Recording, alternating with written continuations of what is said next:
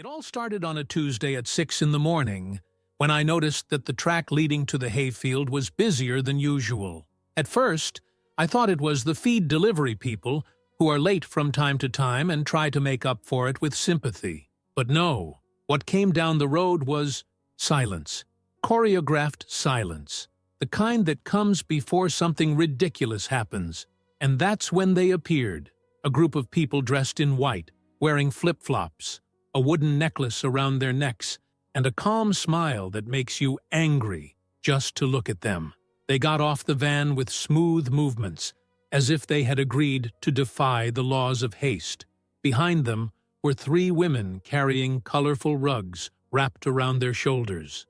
One of them wore an orange robe and carried a lit incense stick that was already leaving a trail of esoteric store smells in the air. And she was leading the spiritual parade. The woman from the neighborhood, the same woman who coordinates the HOA and who acts as if she had been hired by God to maintain the order of the world in 300 square meters. With that look of someone who drinks alkaline water and thinks that everyone who wears wellies is part of a subspecies. He had a clipboard in his hand, of course, and a little glass bottle with the name of a flower engraved in gold. As soon as she stepped onto the farm's driveway, she looked around as if to say, "Finally, I've found the perfect place to enlighten the ignorant." At first, I didn't understand. I thought they'd taken a wrong turn.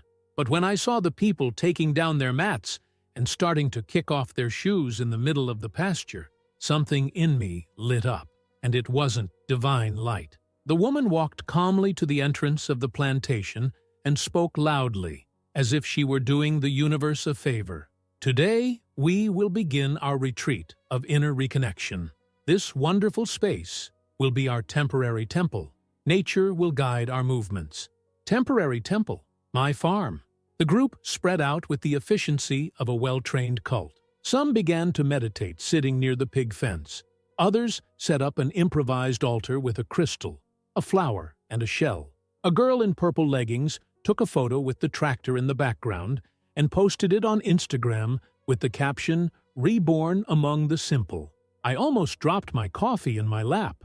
The woman was organizing everything with the arrogance of someone who thinks the world revolves around her aura. She pointed with her finger to where everyone should set up their mats, as if she had designed nature's architectural project. She said that animals should be respected as energetic brothers and sisters, and that the smell of the earth helps to purify negative thoughts. The smell of the earth, in that case, was literally dried cow dung. And the most absurd thing? Nobody asked me for anything. There was no note, no phone call, no warning smoke. They simply arrived, settled in, and transformed the farm into a spiritual spa without even knocking on the gate. I watched it all from the balcony in silence. I didn't go there. I didn't shout.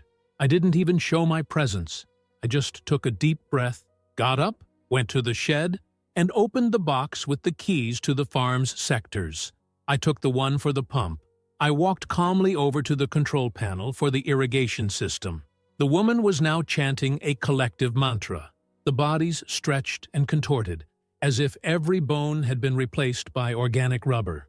The sun was starting to rise, and they were saying words like expansion, detachment, vibration.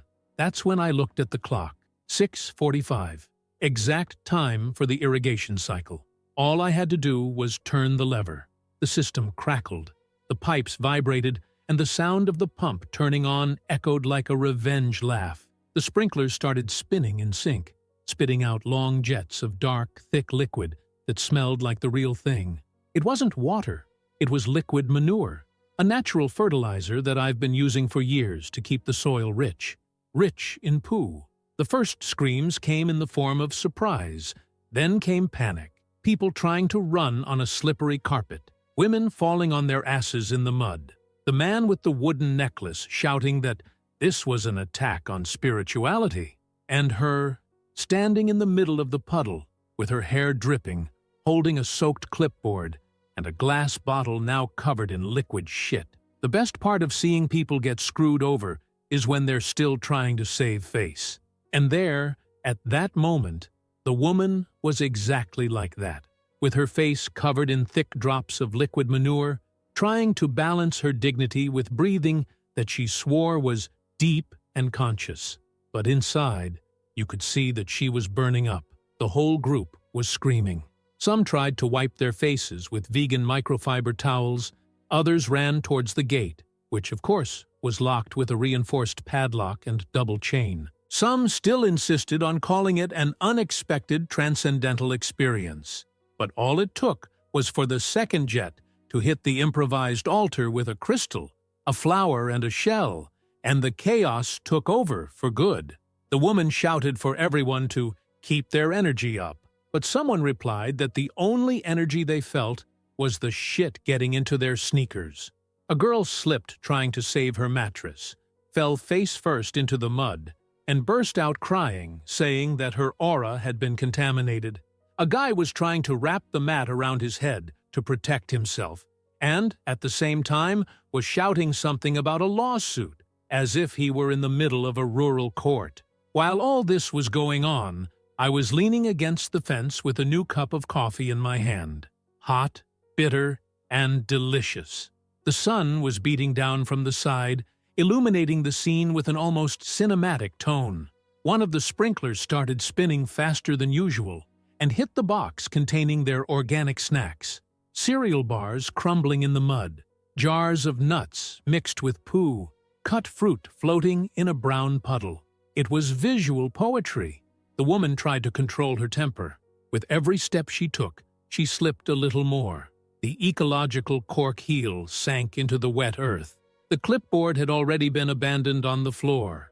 The little bottle with the name of a flower was accidentally kicked by one of the participants who was running around in circles looking for a cell phone signal.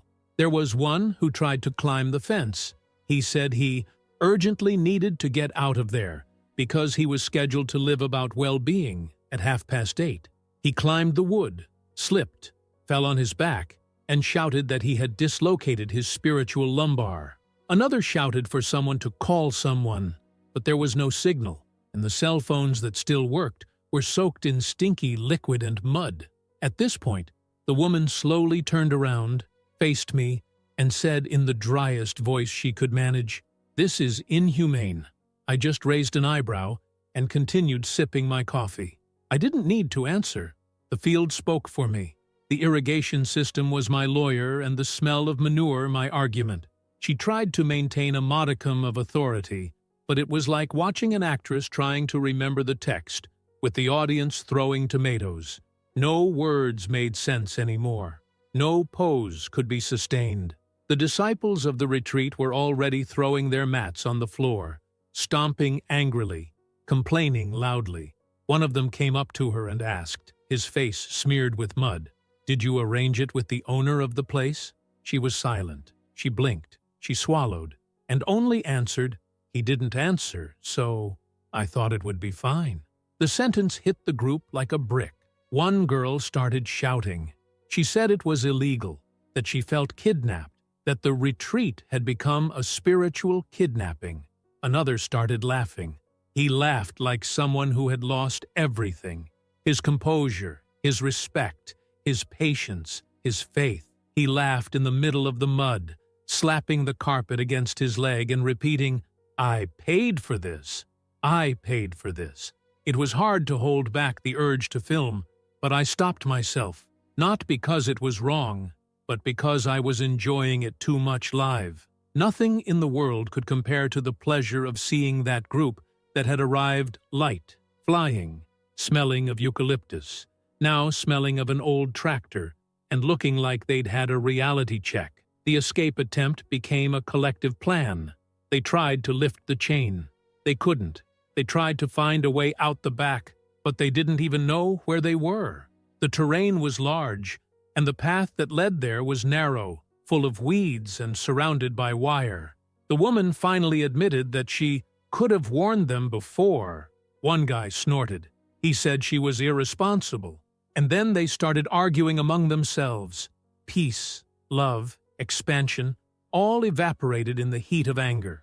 With every turn of the sprinkler, more dirt spread. Their white clothes were now brown. Their eyes burned. The incense turned to mud.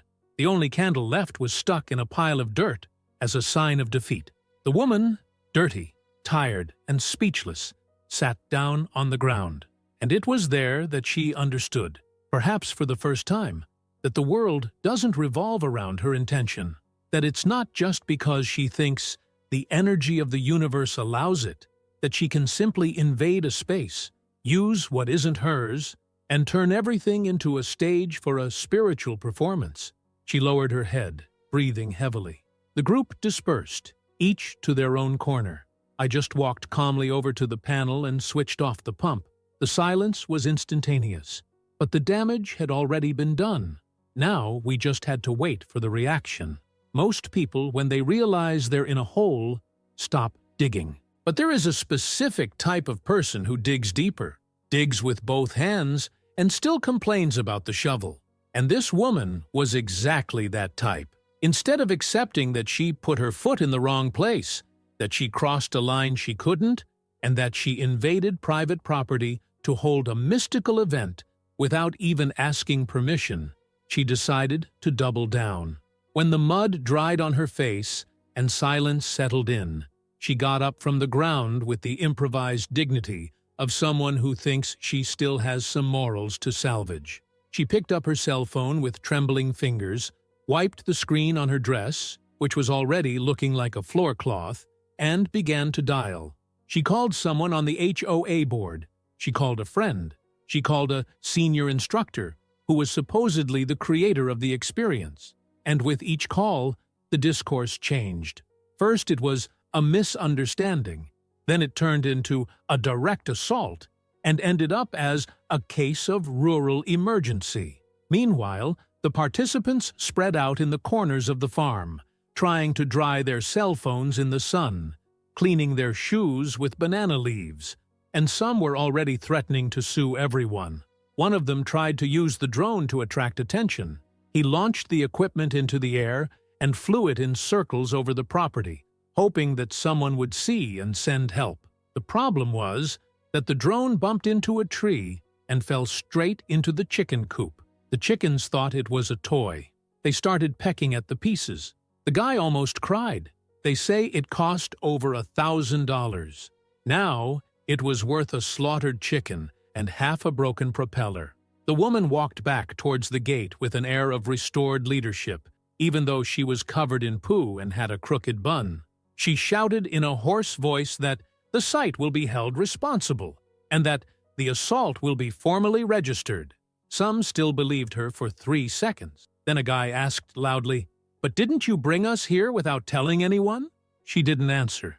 She just turned her face away and pretended to be the victim. At that point, 2 girls who were sitting near the ravine got up and said they were going to call a lawyer. Another said she knew a counselor and was going to put it in the local media. And that's when it escalated. Because the media, after all, love a tragedy that smells like a joke.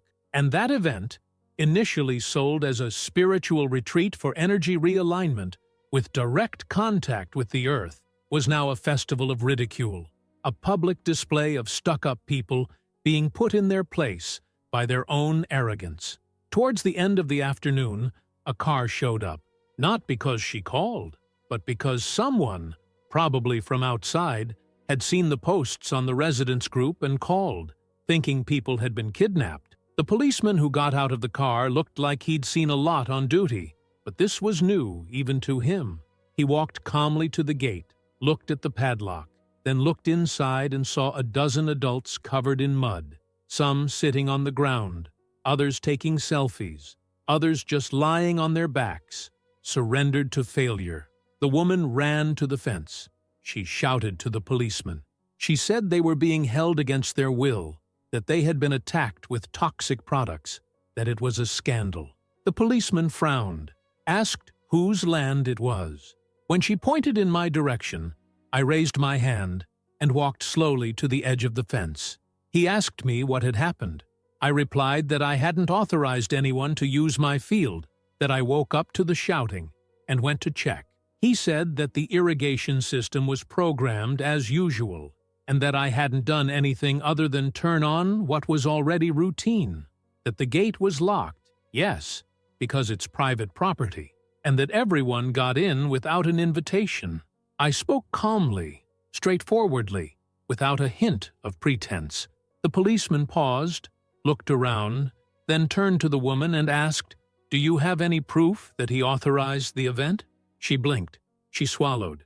She tried to mumble something about an email that was never answered. And the policeman, notebook in hand, wrote it down with the look of someone who already knew that the story was going to end in a coffee with his colleagues at the end of the day, with a few jokes thrown in. The group was allowed to leave, of course. No one was actually prevented. The gate was opened, the chain removed, but morale, that was locked inside. They left one by one, with the slow pace of someone who wants to go unnoticed, even if they are the center of attention. The woman left last. The clipboard, once a symbol of power, was now tucked under her arm. The little bottle with the name of a flower was left on the floor, forgotten. Her hair, once perfectly tied up, was down her neck like a flag of surrender. And the best was yet to come, because the world outside was just beginning to watch the show, and those who thought they were the protagonists of a spiritual journey were about to find out what it's like to become a meme at the speed of light. The internet, that minefield where reputations go to die, didn't disappoint. The next day, the videos began to circulate, first in closed groups, then on local Twitter, and in less than 48 hours, a profile specializing in rural fail posted a compilation of scenes from the retreat. It began with the woman talking about inner awakening, cut to her being hit in the middle of the forehead by a brown jet, and ended with a drone shaking with fear before being brought down by chickens. The title of the video was simple and destructive: Yoga, Mud, and Shame, the Chakra Apocalypse. The caption said it was a holistic event turned rural horror movie, and that was enough. The comments poured in. There were people crying with laughter. There were coaches feeling offended. There was even a petition to turn my farm into a popular resistance heritage site. The woman was tagged in every repost, every story, every print. She tried to delete the profiles, to disappear from the digital map, but her name had already spread faster than incense lit in a camping tent. The people who attended the event didn't help either. Some revolted and said they had paid a lot to live an exclusive experience with restricted access to a natural sanctuary. Others started fighting among themselves online, blaming each other. There was one who said he was forced to lie to his wife, saying he was going to meditate at an authorized center and was now sleeping on the sofa. There was another who admitted that she only went because she wanted to record yoga reels in the countryside for Instagram engagement. It was a mess. Everyone trying to come off as a victim, but everyone dirty to the core. The HOA, of course, had to make a statement. But the statement wasn't an apology. It was a pathetic attempt to distance itself from the woman, as if she hadn't been the one who organized the meetings, handed out the fines, and approved the plans for who could and couldn't plant rose bushes on the sidewalk.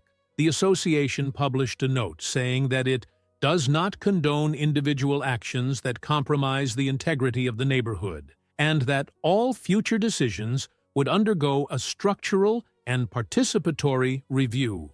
Translation: nobody wants to fall in with her, so let's push her off the boat. The woman remained silent. No stories with motivational phrases, no video explaining the true purpose of the retreat, nothing. She disappeared for a few days, but people like her don't know how to stay silent for long. The following week, she reappeared, not apologizing, not acknowledging the mistake, but trying to turn everything into a narrative of overcoming. She posted an open letter in the neighborhood group, in an almost messianic tone. It said that the event was a journey of extreme learning, that the challenges faced are part of the growth of the soul, and that sometimes the universe uses unusual means to put us on the right path. The answer came in the form of a shower of laughter. Literally. The group was invaded by reactions with emojis crying with laughter, gifs of a tractor driving over a flower, and even a montage of her in a lotus position inside a bucket of manure. One neighbor replied with the phrase, "The universe has put you in the right place, in the center of your own shit." The post was deleted minutes later, but the prints are unforgiving. Some residents began organizing to demand her permanent removal from the HOA board. They said it wasn't about the retreat itself, but about the number of times she crossed the line in the name of a made-up order. They gathered prints, old complaints, comments, and even testimonies from former residents who left the neighborhood after feeling persecuted by her. The case reached City Hall, and the Town Hall, which doesn't like scandal, decided to act. It issued an official warning against the misuse of private property for collective events without a permit, and made it clear that the neighborhood would be under observation for an indefinite period. She tried to react. She said she was going to sue, that she was going to file a police report against me, that the irrigation system was a war trap. But when she realized that no one was willing to be a witness on her side, she swallowed and disappeared again. The last I heard, she started giving meditation classes online, in lives with 3 people watching, 2 of them bots, and a relative. The farm is peaceful again. The gate now has a handwritten sign, in large rustic letters. Not a temple, not a spy, not a scenario. It is land, and it has an owner. Some of the neighbors started to respect it more. They've even left notes asking to buy eggs or milk. Others just avoid going near it. And when they do, they avoid eye contact, as if the fence were a mirror of their own shame. And the woman. Well, every time someone mentions chakras or yoga in the neighborhood, there are still those who say, "It's better not to mention it, it might attract dung." And if you liked this video, don't forget to leave your like and comment below.